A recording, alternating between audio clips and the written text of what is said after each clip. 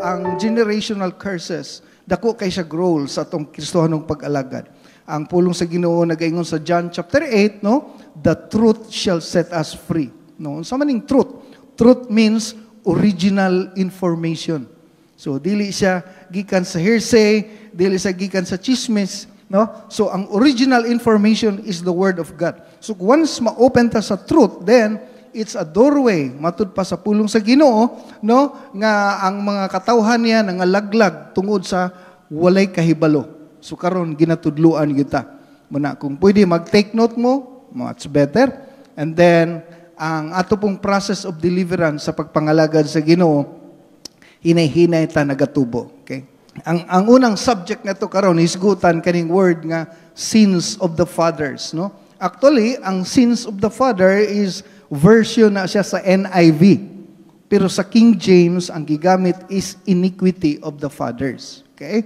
So, nganong gibutang nako diya nga sins, kay kasagaran sa tua, naggamit sa newer version. Kumbaga, NIV, New International Version.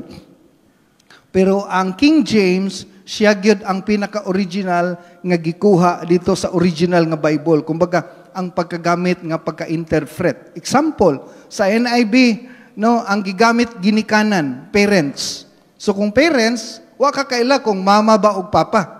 Kay parents man. So meaning, silang duha. Pero sa King James, walay labot ang mama. I-observe ninyo sa inyong mga Bible, no? So, ang gigamit sa King James is the iniquity of the fathers. Kung tanawin mo na sa NIV niya, i-convert mo sa Bisaya, dili father, kundi parents. So, tuguti ko nga usahay mag-ambak-ambak ko sa King James para makuha na to ang buot ginatong ipaabot. Okay? So, Exodus chapter 20 verse 5, mauni siya ang Ten Commandments. Okay? So, kailata nga ang Ginoo is the source of life. Everything comes out sa iyang baba is pure. No? Proverbs chapter 30 verse 5, every words of God is pure. So, in other words, it's from the heart of God. So, pag-ingon sa Ginoo ni ini nga statement, kung naamay na modify o na change, that's because of Christ. Okay? Pero from the origin, matud pa, kung unsay original source, makita nimo nga ang Ginoo concern sa generations. Okay? Because God is looking for a generation that will carry His glory. Muna ginipangita sa Ginoo. Nangita siya kaliwatan, kumbaga generation, the generation of David, the generation of Noah, hantod karon the generation sa time na ni Jesus, nangita siya generation nga mag-carry sa iyang glory. Okay? Dayon, remember, ang generational curse, dili na mabasa sa Bible. Ha? Di kakabasaan na sa Bible ng word nga generational curse. Muragog Trinity, di ba ang Holy Trinity? No? Dili po na nimo mabasa sa Bible. The same with. Pero ang general statement nga common ginagamit is from third and fourth generation. No? The effect of sin, the consequences of sin will affect up to the third and fourth generation. Munang gitawag siya generational. Okay? Pero biblically speaking, kanunay siya ginamention, pero dili nimo mabasa word for word ang generational curse, no? Murag Trinity, di po na nimo mabasa. Okay? So, ingon sa Exodus chapter 20 verse 5, gi-state sa Ginoo that I am the Lord your God, a jealous God, no? Klaro gadi sa verse 5, visiting the iniquity of the fathers. But pasabot, no? Nga kung tawag na to ana, kung mo bisita ang Ginoo, kung mo survey ang Ginoo, tanaw niya ang anak. Kung napasa ba sa ginikanan ang iyang gitudlo. Kuha ninyo? Okay, ang purpose sa Ten Commandments is an instruction para ka ma-free sa cursed life. Kay duhaman ka ka-life ang gi-pronounce sa Ginoo diri sa kalibutan. Ingon ang Ginoo, no? Blessing if you obey, curse if you disobey. inyong basahon ang Deuteronomy chapter 28, gikan sa chapter 27, tibuok chapter na, giisa-isa dito tanan, unsa na nga mga curses. Ato nang hisgutan sa next meeting. Okay? Nga, ang yun dito sa Ginoo, blessing if you obey, and curse if you disobey. So, ang law was given for us para dili ta maigo sa curse. Kumbaga, sa consequences. No? Kanang gitawag na to sa law of physics. Sige ng law of physics? If there's a problem, there's a cause. No? Nganong napriso ka? Napriso ko kay nangawat ko. Napriso ko kay nakapatay ko. So, dili, pwede nga napriso ka. Wako kabalo nga, no? So, kumbaga, if you disobey, this is the result. Now, isa sa mga generational nga curse nga ginalitok sa Ginoo, number 1 is idolatry. Okay? So, ingon dito sa verse 5, you shall not bow down and serve. Okay, kung buhaton nimo na, ingon ang Ginoo, I will visit the iniquity. Ang sala, ato nang hisgutan unya, nga gipasa, gikan sa ginikanan, hangtod sa mga anak. Pagtanaw niya sa anak, the same sin ang gibuhat sa ginikanan, ang tawag ana iniquity. Okay? Kay iya ramang gi-follow ang pattern. Uy, mo na gitudlo. Mo na gitudlo sa imong papa.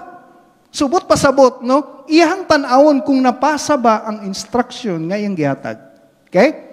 Exodus chapter 34 verse 7, the same word ang gigamit sa Ginoo, visiting the iniquity of the fathers upon the children's children. Subot pasabot, anak sa imong anak. Up to the 3rd and 4th generation. Numbers chapter 14 verse 8, the same word gigamit sa Ginoo, visiting the iniquity of the fathers on the children to the 3rd and 4th generation. The same sa Deuteronomy chapter 5 verse 9, I am a jealous God. Gi-repeat niya ang instruction nga ang Ginoo manggod ang kanang pagdumala manggod sa Ginoo is kanang family, no? Remember, ang Ginoo is a pro-family. Concerned siya sa coming generation. Matud pa ni Duterte, no? Ang inyuhang mga anak, one day, mahimo na pong adik. Muna, gusto niya i-cut down ang source. I-cut niya ang source, aron ma-preserve ang coming generation. Maman ang word ni Duterte. Kung naana sa mind sa atong presidente, napuna sa mind sa atong Ginoo. Muna nga gusto niya nga ma-preserve ang family, balikon ako, because He is looking for a generation that will carry His glory. So muna niya, nga para siya, bisitaon niya kung ang mga anak nagsunod ba or wala. Muna ang gigamit ng word kanang visiting the iniquity of the fathers. Diha ning gawas ng word generational. Okay? So, atong isgutan ning sin or iniquity. Kaya gigamit sa Bible kay iniquity man, dili sin. Okay? So, sa 2 Thessalonians chapter 2 verse 7, gigamit sa King James nga word, mystery. Kabalo man ang word nga mystery, na ay lalong nga force behind, gadi nimo makita. Para ng liso. Ang liso, gitawag siya mystery. Kaya nga naman, dagang artificial nga prutas sa tindahan, nga for years, nagpabiling prutas. Pero ang liso, ma-preserve sa budiga for years. Pero ang isa ka liso, ibutang nimo sa likod sa imong balay, matingala ka anong mahimong kahoy. Ang tawag ana, mystery. The same pud sa sin. No? The same pud sa iniquity. Nganong gitawag sa mystery? Because ang iniquity is continuous. Kumbaga, kanang di na siya maputol kung dili nimo undangon. Okay? So, ang iniquity can be passed down to the next generation. Ang sin, weakness, ug iniquity, lahi-lahi na sa interpretation. Ako may pasabot sa inyo Unsa man ang weakness? So wala pa ka nakaila sa Ginoo, tanan nga imong gibuhat nga sala, di na siya sala. Ang tawag ana weakness.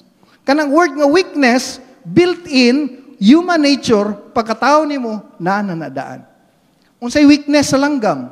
Ang weakness sa langgam, di ka lupad ilawom sa tubig. Mo na siya daan. Unsay weakness sa isda? Ang weakness sa isda, dili kalupad. It's because everything nga gi-create sa Ginoo na ay strength, na ay weakness. So, pagkabalo nimo sa truth, sa Word of God, ang word nga truth, balikon nako, original information, pagkabalo nimo sa Word of God, naa na kay reference. No? Do not cross. Ayog sulod diha.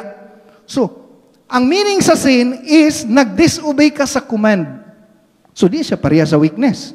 Kaya ang weakness built-in man. That is why weakness is not a sin. Nahimo siyang sin, paghatag sa instruction, wala nimo gituman, nakasala ka. Nganong nisulod ka. Klaro ka yung do not enter, nisulod ka. So, ang imong weakness, mahimong sin kung nakabalo na ka sa truth. Accountable naman ka. Mo ni gisulti sa Ginoo, anyat imong gibuhat, then nahimo siyang sin. So, di siya parehas. Now, unsa na pod ning iniquity? Ang iniquity is mas lalong pa siya sa sin. Kay para nang kanang pagpamalikas. Ang pagpamalikas is iniquity. Kaya nga naman, masunod sa imong mga anak, kopyahon sa imong mga anak, makopya sa imong apo, kay nahimo na siyang habitual sin sa sulod sa balay. So, dili siya sin. Iniquity can pass down to generation. Okay? Idolatry. Nganong ang idolatry, iniquity. The worst sin is in the Bible is iniquity is the sin of idolatry. Why? Kay kung nakapatay ka, siya imong Ginoo, nag-violate ka lang. Pero kung nangita kag laing Ginoo, dili na siya imong Ginoo. Ang tawag ana substitute. Kaya ang meaning sa idolatry is to adore. Sa Merriam-Webster is to adore. To adore means to like very much. Ganahan di kay ka magbutang kag picture sa imong bungbong, no? Butang nimo sa imong balay, butang nimo sa imong cellphone, butang nimo sa imong dugan, mo nang meaning sa adoration, to adore, to like very much. Mo ingon Ginoo, do not bow down nor serve them. So meaning ang idolatry wala na appeal ang Ginoo. Deceitful man ang heart. Jeremiah 17:9, the heart is the most deceitful. Limbungan ang kasing-kasing sa tao. Bisan ang tag-iyas kasing-kasing, wa sa kabalo nga nailad na siya. Ina ang kalimbungan ang kasing-kasing. So nagtuo ka nga, siya man akong Ginoo. Kuan ra man na siya, kanang, si tawag nalana, larawan ra man na siya. So, na-deceive ka. Okay? Nailad ka. So, muna giingon nato, no, nga, gitawag siya iniquity, it's because ang plan sa Ginoo sa family, no? Family. Dapat kaning iyang generation mo serve sa ako. Ang whole family mo serve sa Ginoo. But because of the iniquity, di lang ikaw ang ma-destroy even sa coming generation. So, naka-apekto gyud. No? Dako jud kay siya. Ang imong gitawag na tug destiny.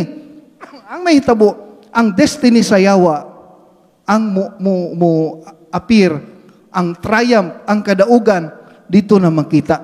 No? Kumbaga, imbes makita ang family nga nag-serve sa Ginoo, then ang whole family na-destroy. Kaliwat. Pareha, kani nga kaliwat. Kalimdo mo ni Akan, no? Sa Joshua chapter 7, si Akan nangawat, pagpangawat niya, iyang gilubong tong mga gold and silver nga gikan pa sa Babylon, yung gitago, unya pag-attack nila sa AI, nasuko ang Ginoo, no? Ingon ang Ginoo, ay ingon si Joshua nga man, nagsaad ka. Kumbaga murag na muiboy si Joshua. Ingon ang Ginoo, isa sa inyo ha, nagkuha og mga accursed things, mga tinunglo nga butang. So, in other words, si Akan ang nakasala, pero nganong gipatay ang tibuok kaliwat ni Akan? Gipatawag ang iyang mga nearest kin, iyang anak, iyang pagkumangkon, gitapok siya tanan, o gibato, o gipatay. Okay? Para ang spirito ni Akan, dili mas spread sa Israel, generational. Para mas stop. Sa time na sa Sodom o Gomorrah, nganong ang Sodom o Gomorrah, gipapatay sa Ginoo. No? Giwash out sa Ginoo.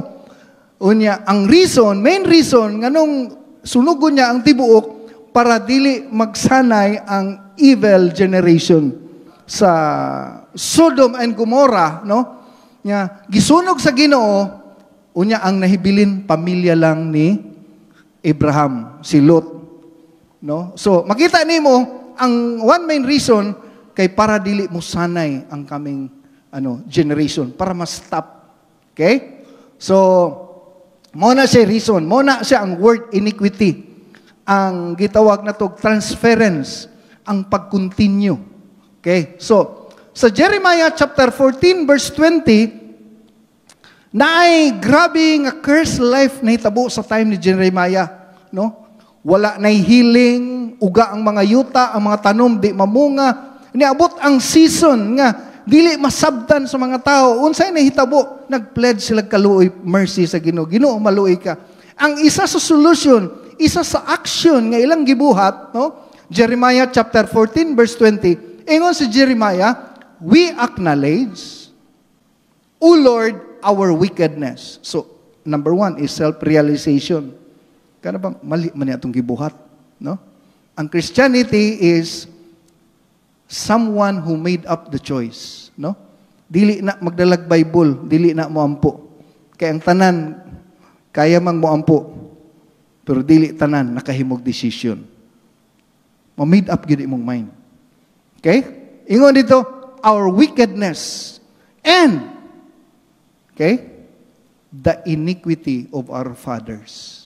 Dapat di lang ta mangayog pasaylo, mangayo putag pasaylo sa sala sa atong ginikanan nganong naingnan ita. So, dako kayog connection ng word, the iniquity of our fathers. Okay? So, no, pag humag pangayog pasaylo, remember, do not break your covenant with us. Kay ang iniquity makapugong sa covenant sa Ginoo sa iyang mga katawhan. Okay, so one reason, verse 22, idolatry gihapon. Natin mga modern idolatry pud karon nga nahimong substitute from God. Nga dili na siya ang imong Ginoo. Okay? So Exodus chapter 20 nga atong gibasa ganina, ang sin of idolatry is ang instruction sa Ginoo, no other gods. So makita nimo no nga ang Ginoo is di niya gusto i-share ang iyang glory.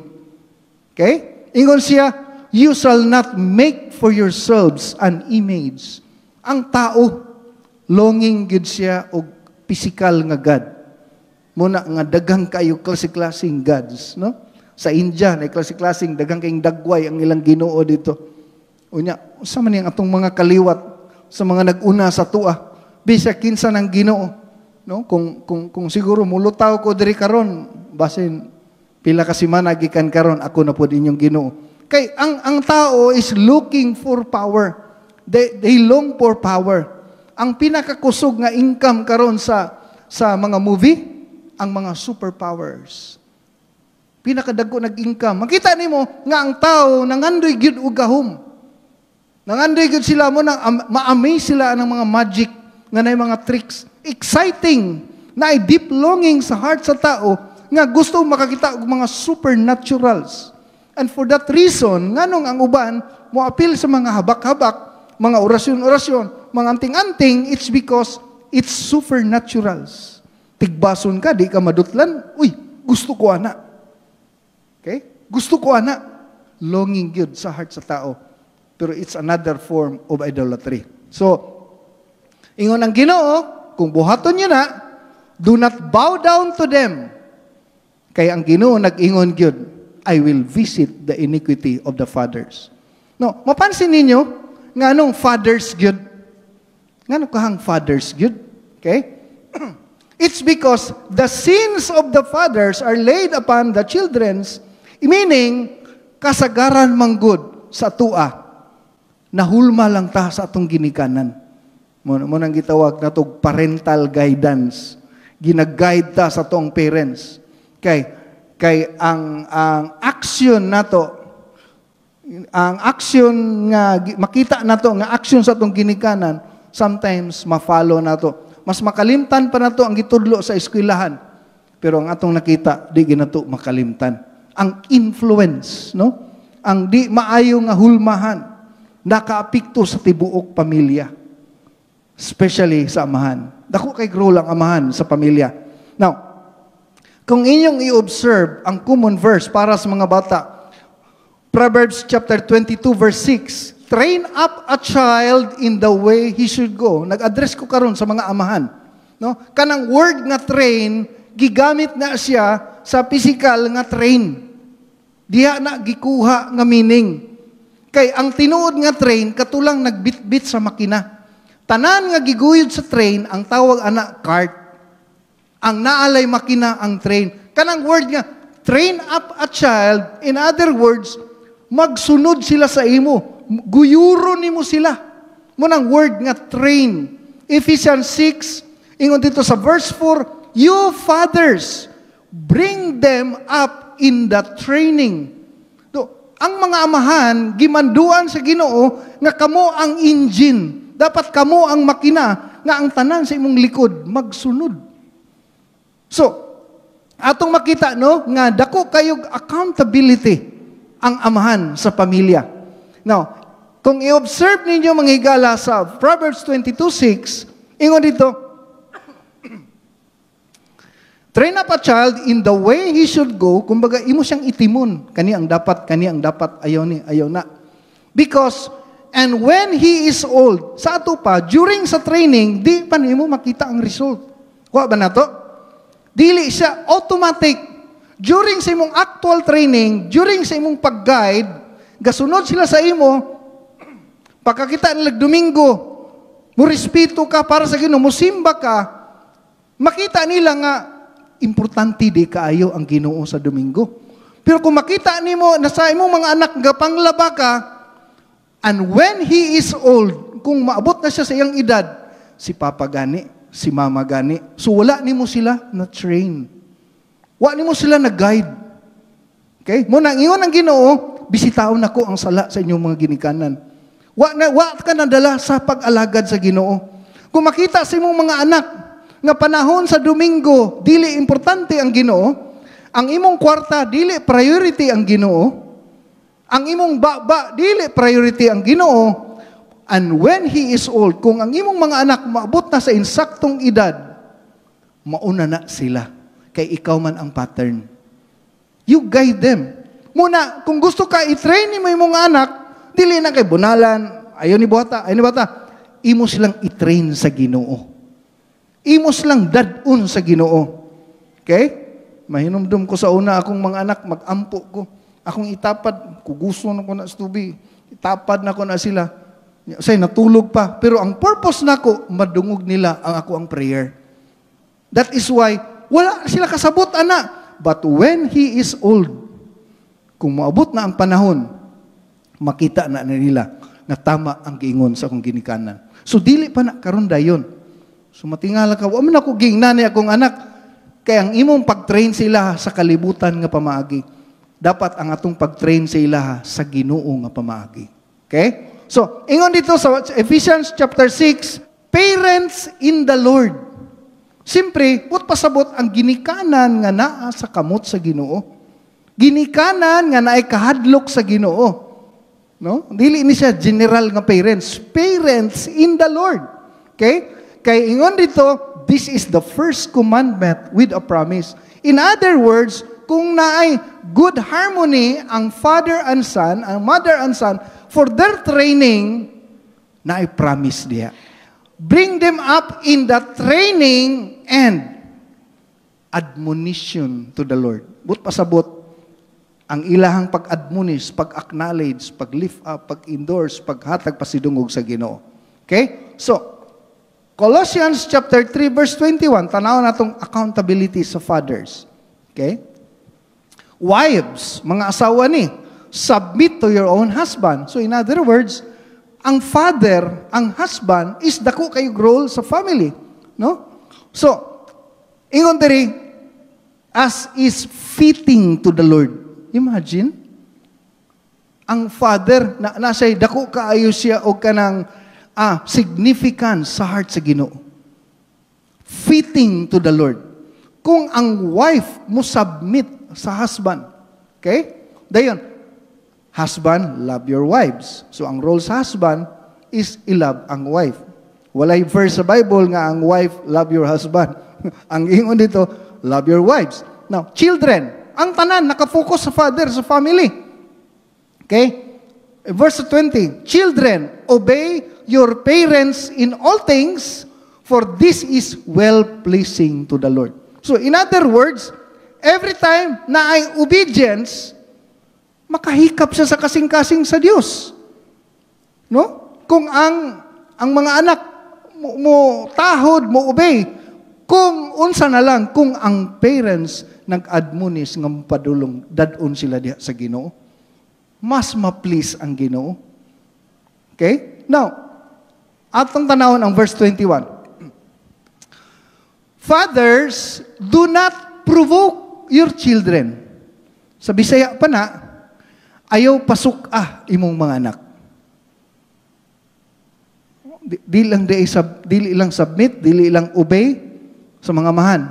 Nga naman, kanus aman masuko ang mga anak sa papa because they become discouraged. Once ang mga bata ma-discourage, lisod kayo kuhaon ang ilahang attention.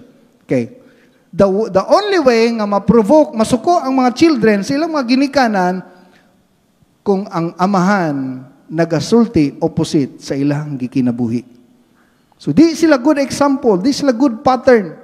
That's the way nga usahay ang mga children, maglagot sa ilang parents, kay ang parents is not doing what they say. No? Wa nila gibuhat alang ginasulti. So, muna nga, i-challenge ta mo, the way we train our children is to train them nga muduol sa Ginoo. Ipakita nato sa ilaha nga naa kay sariling Bible. Ipakita nimo na sa ilaha. Amot lang sa inyo ha. Pero ang akong asawa gipamalitan og mga Bible akong anak. Dili right away. Anang pag naay available money, pangregaluhan sila og Bible, pangregaluhan sila og Bible. Para ma-value nila unsa ka importante ang Word of God.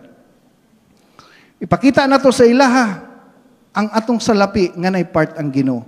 Ipakita nato sa ilaha during sa mga revival, sa mga corporate prayers, during sa mga services, during sa mga gatherings, before mi mo larga, mag-pray mi. Before mi mo hawa sa balay, sa sakyanan, mag-pray mi. Kung mubrahe mi glayo, biyahe mi Cagayan, Digos, asa pang lugar, pag abot sa balay, abot na, mag-pray gapon mi. Kay pangit kayo, mularga ka, mga ikag protection, karon na proteksyonan na ka, nakauli na kagbalay, wa na kay pasalamat. Dapat mag-pray po ta, Lord, salamat, nakauli mga safety. No? So, ang point na to diri is, we are training our kids, karon before mi nilarga gikan sa balay, ra na, bangkal ra na og Davao, akong kamanghuran ang nag-pray. Nganong nag-pray man siya? Kay nahimo na siyang generational blessing. Na-impart na ang what is right. And one day, mawala ako sa kalibutan, iyan na po nang i-practice. Before mo larga, mag-pray. Before mo lakaw, mag-pray. So, imong gi-impart po ang generational blessing nga ila na pong ipasa sa ilang mga anak. So, muna nga, i-train na to itong mga anak nga buduol sa Ginoo because dako kayog accountability ang ginikanan sa pamilya. Okay? So, ang gingon sa Bible, no, third and fourth generation. Okay? So kung ikaw nang nasa pinakaubos, ang ika-fourth generation nimo ang imong anak. Kung ikaw nang nasa ubos. So, ang second generation, ang imuhang mama ug papa. Muna, second generation. Ang first generation, ang imuhang lulo ug lula. Muna, imuhang first generation. Dayon, ang ginikanan sa imong lulo ug lula, kasi tawag ana, pinakalulo, great-grandfather o great-grandmother. Moto'y original. Moto'y root. No, if you trace, most of them, idolater. Kasagaran sa itong mga kaliwatan, mga nagasimbag yung Diyos. No? Nga tumiso sa kabarangay sa Cebu, nasaag mi, nagsuot-suot mi, nakaabot mi ko sa kabarangay, perting daghan ng ribulto. No? Perting daghan na yun, kasi klaseng daghan, nag-spray, na nag-molding, nakapila na tanan, nakastante ba. No? So, wa ko kabalo, giunsa na pag-interpret. Sige, gamiton na, respetuon ta ng word nga nag-represent lang, ha? Gamiton ta na, ato nang respetuon nga, dili gid ka na ang Ginoo. Approve ko, ana, di gid ka na ang Ginoo. Pero, nga naman, pag murag mabuak, masakitan ka, di man ka na ang Ginoo. No? It means, you are affected. Nga naman, kung masunog, luwason nimo. It means, nakakonect siya directly sa imong heart. Kumbaga, ang uban, mutaya nag-swirtris, ang number, ipaipit pa diri sa, amot, kabalo ko, sabot mo, ana. Kaya until now, naminaw karon nga, you are still practicing to it. No? Kaya naasa imong concept nga siya lang yun ang makatabang. Siya lang yun ang makatabang. Muna, ingon ang Ginoo, do not bow down to them. Now, pila man na? No? 2, 4, 6. 2, 4, 6, 7. 7 times 2, 14. 14 kabuok parents, ibabaw nimo. Tama ba ko? Sa side sa imong mama o sa side sa imong papa, ikaw ang byproduct. Ikaw ang finished product kung giunsa ka pag-train sa imuhang ginikanan. So, accountable tong imong ginikanan ka, mo may gitudlo sa imo. Munang lahi ng word, biblical faith. Ang origin sa atong faith, nagsugod lang kay Abraham. Ang word nga faith, nigawas na tungod kay Abraham. Si Jesus Christ nag-declare mga kaliwat ni Abraham. Atong belief, naka-base tungod kay Abraham. Everything carries under ta sa kaliwat ni Abraham. Ang promised blessing, ihatag lang sa kaliwat ni Abraham. Kasabtan ba nato? So, ang faith, nagsugod kay Abraham. Muna, nganong ang tao atong padawaton, sundan ni nga pag-ampo, kay by blood, di naman siya mahimong kaliwat ni Abraham. Perti na magyong layo, Hudiyo si Abraham, niya ikaw, Bisaya. Di na ka pwede mahimong kaliwat ni Abraham. Pero pagdawat nimo sa Ginoo, kaliwat na ka ni Abraham. So, muna gitawag na to, by faith na lang. Now, natay gitawag traditional faith. Kanang traditional faith, muray na andan sa tanan, ning tuupog ka. So, dili to siya biblical faith. No? Napotay gitawag parental faith. Mo may gidak-an nimo imong ginikanan, mo ning reliyon. Mo unsay mo reliyon ron? Mo ni nganong gibuhat na nimo? Mo may gisulti sa kong ginikanan. Ang tawag ana parental faith. Ang biblical faith gikan sa original information. The truth shall set you free. Pagbasa nimo sa Bible, nag-attend kag Bible study, nag-join ka sa adult Sunday school, nagasimba ka diri fellowship ka uban namo ko, nana kay sariling Bible, ang tawag ana sa imo saving faith. Mo na'y faith makaluwas. Okay? So, karon kaning atong generation nga gikan sa tua, ang ilang faith gibit-bit is a traditional faith and a parental faith. Dili gina siya saving faith. In other words, ikaw ang product sa mali nga Ginoo. Kasabot kuha ba nato? Muna ingon ang Ginoo, mali man ang inyong pattern, giunsa man mo pagtudlo sa inyong ginikanan. Ingon ang Ginoo, akong bisitaon ang inyong mga anak, kay kung unsay makita nako sa inyong mga anak, bot pasabot, mali ang inyong gitudlo. Giblame niya ang source, pero ang effect naa sa mga anak. So, balik ko nako ang effects of idolatry. Ang Ginoo nag-mention sa word iniquity sa Exodus chapter 20 verse 5 because of serving other gods. Kanang pag-alagad sa dili na siya ang Ginoo. No? Murabag, giving God second best is worse than 100 sins. No? Ang idolatry, maupod. Bisag unsay imong gibuhat, wa ka kahibalo, dili na day siya imong Ginoo. No? Substitute or replacement. Now, ang word sa Ginoo dito sa verse 5, to those that hates me. So, in other words, ang word nga idolatry, nahimo siyang iniquity, ang conclusion sa Ginoo is, you don't love me. You hate me. Pero, kung naay generational curse, napoy generational blessing. But, showing mercy to those who loves me. Okay? Makita ninyo? So, nag-iskot na og generation. Okay? Showing mercy to thousands. Dili lang third o fourth. In other words, ang Ginoo nangita siya generational blessing that will carry His glory. Atong subayo ning amahan, no? Kanuna ako gina-mention nga ang lalaki na ay kanang iyang sperm na ay X and Y chromosomes, no? Gi-emphasize na ko na ang similya nga X, ang similya nga Y. Kay ang lalaki ramang gyud nagbitbit sa similya. Mo bitaw na nga ang lalaki siya gyud ang magbuot kung ang mahimong anak babae ba og lalaki. Nakadungog ko sa una og bigay ni nga nagtudlo siya og pattern para daw makabuot ka sa unsa nga lalaki imong mga anak o babae ba imong mga anak. Maanak, no? Unya nadungog gyud nako nga naa sila'y lecture dito nga 7 days daw after menstruation dito daw ka mo contact sa imong hangwife ana kay pagkahuman ni ana ang mugawas imong anak lalaki.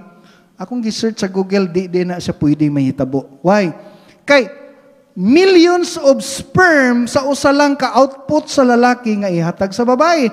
Unya maglumbaanay din na sila depende kinsay makauna. Kasabot siguro ning di man ta biology, no? I mean kanang di kay ta inana kaswito pero nahisgutan gina nato sa eskwelahan. Nga naay X chromosomes and Y chromosomes sa lalaki. Sa babae is XX lang. In other words, ang babae di gyud kapili. Mao na nga ang Israel is a male-dominated country. Ang nagdumala dito lalaki gyud. Ang gibuhat sa Ginoo lalaki gyud. Ang babae gikuha lang sa gusok. Ang nagreflect sa image sa Ginoo lalaki gyud. Ephesians chapter 5 verse 22 nga ang ulo sa pamilya, ang ulo sa asawa lalaki gyud. Ang next sa Ginoo lalaki gyud. Ang word nga generation, genes, gikan na siya sa genes, genetics. Ang nagbitbit sa generation lalaki gyud. Kaya ang lalaki generator, ang babae is only an incubator. Ang babae igo lang mo incubate according sa gihatag sa lalaki. Mao na nganong pag mabinyo ang babae mawala ang iyang apelyido. Ang apelyido ilisan. Unya mo pasa lang iyang apelyido sa pinakaunang lalaki. Ang akong asawa 5 ka buok babae. Ang iyang apelyido wa nay lain. Wa man siya anak nga naabot sila 5 kay nangandoy si Papa Jose nga way basi nay lalaking mugawas. Ug wa gyud lalaking nigawas. Muna pansin mo ang mga igsuon sa kong asawa ron. Mga first cousin na sila, 5 ka buok lahi-lahig apelyido. Pag maminyo sila, ni samot o kawala ilang apelyido. Pag mga po sila, pirti nilang pagkaigagawa, pero lagyo kay silang kalibutan o apelyido. Kaya ang nagbitbit gyud sa kaliwatan, naagyud sa lalaki. Muna nga, ang ato ang church, nagapractice gyud nga ang lalaki magdumala din. So, unsaon pagpas, no? Sa generational curse. Tapos tani, next meeting, sayo mo kay magpray ta, nga i-bypass ta sa generational curse, no? Sa Leviticus 26, gideclare sa Ginoo ang blessed life. Verse 3 hangtod sa 13, mauni ang blessing. Ingon na Ginoo, you shall not make any idols for yourselves. If you obey, gisa-isa dito ang blessings. Gikan sa verse 3 hangtod sa verse 13, mabasa nimo tanang blessing. Pag abo sa Leviticus chapter 26 verse 14, if you do not obey, mo na ni ang cursed life. Gisulti tanan dito, mga sakit, mga balatian, gisulti sa Ginoo. Okay? Unya, ingon dito sa verse 14, no? Verse 39, the punishment of disobedience. Muna kita cursed life. Unsa may solusyon? Paminawan niyo ang solusyon. Naa sa Leviticus 26:40 to 46. Okay? If they confess their iniquity and the iniquity of their fathers. Tanawa, ingon siya, ako ning sukwahi ko sa inyo, kay ning sukwahi man mo sa ako, mo na sa Bisaya. Gihatag ta mo sa kamot sa inyong kaaway. No? Brought them into the land of their enemies. Mo na nga ang yawa, anytime in and out sa inyong life, sa atong life. No? So, pero, kung mga ikagpasaylo, o mga ipagpasaylo sa sala sa imong ginikanan, tanawon niyo ang verse 42, mubalik sa original. Ingon dito, I will remember my covenant. Okay? Ingon man ang Ginoo, I will bless those who bless you. I will curse those who curse you. Ang iya dong covenant kang Abraham, I will remember. Okay? So, therefore, tapuson tani, no? Ako ning gihatag emphasize, no? Mao ni ang verse 40 hangtod sa verse 42. Naay upat ka buok way to pass from curse to blessing. Though wala gyud tinuod nga pattern nga maka-overcome ka sa curse. Pero according sa atong nakita diri, mao ni ang nahimo natong reference giunsa pag set free sa mga tao gikan sa curse. Number 1 is confession of sins. That is personal. Verse 40. Number 2 is confess the sins of the fathers. Okay? If they confess and the sins of the fathers. Number 3, recognize pride. Okay, ingom dito, if their hearts are humbled. So kung magpailob ka, kay usay gamiton lang nato ning confession para lang ta ma-set free, pero mobalik gyapon ta sa atong sala. So dili siya effective. Dayon, ikaupat is self-realization. So dili ni one-way ticket na ay mga process. Then ingon ang Ginoo, I will remember my covenant. Muni nakagwapo diri. Kay katong 10 years nga nagsuffer sa iyang back pain nga bisag kinsa ng evangelist nga niabot sa kuang church. Mo to ang first miracle nga akong ni-encounter sa akong pioneering. Kay na-remember nako ang gi-share ni Pastor Wayman Mitchell. So ako siyang gipasunod sa prayer nga sige kog pray balik-balik, walay result, walay healing. Sa dihang gipangutanan nako siya unsa imong kaliwat. Pag mention niya nga siya Subanen, murag tribe na dito sa ilang lugar.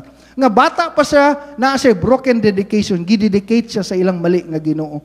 Nya makita pa niya iyang mga parents nga nay rituals dito sa kalasangan. Nay rituals. Inako nakita na nako ang root of the problem. So yung kusunod sa akong prayer. So nangayo mig pasaylo, giingnan ako siya, Ginoo, pasaylo ako sa sala sa akong ginikanan. Gimension na muna sa prayer.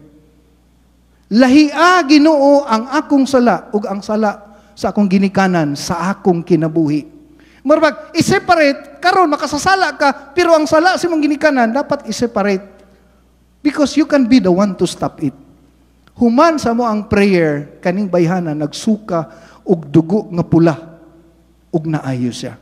In other words, for how many years nagsuffer siya sa generational curse? And because of that prayer, na-set free siya. So, naay mga buta nga dapat nga itong mahibaluan kung makabaluta sa original information. Palakpakan na ito. Itong buhi nga Diyos.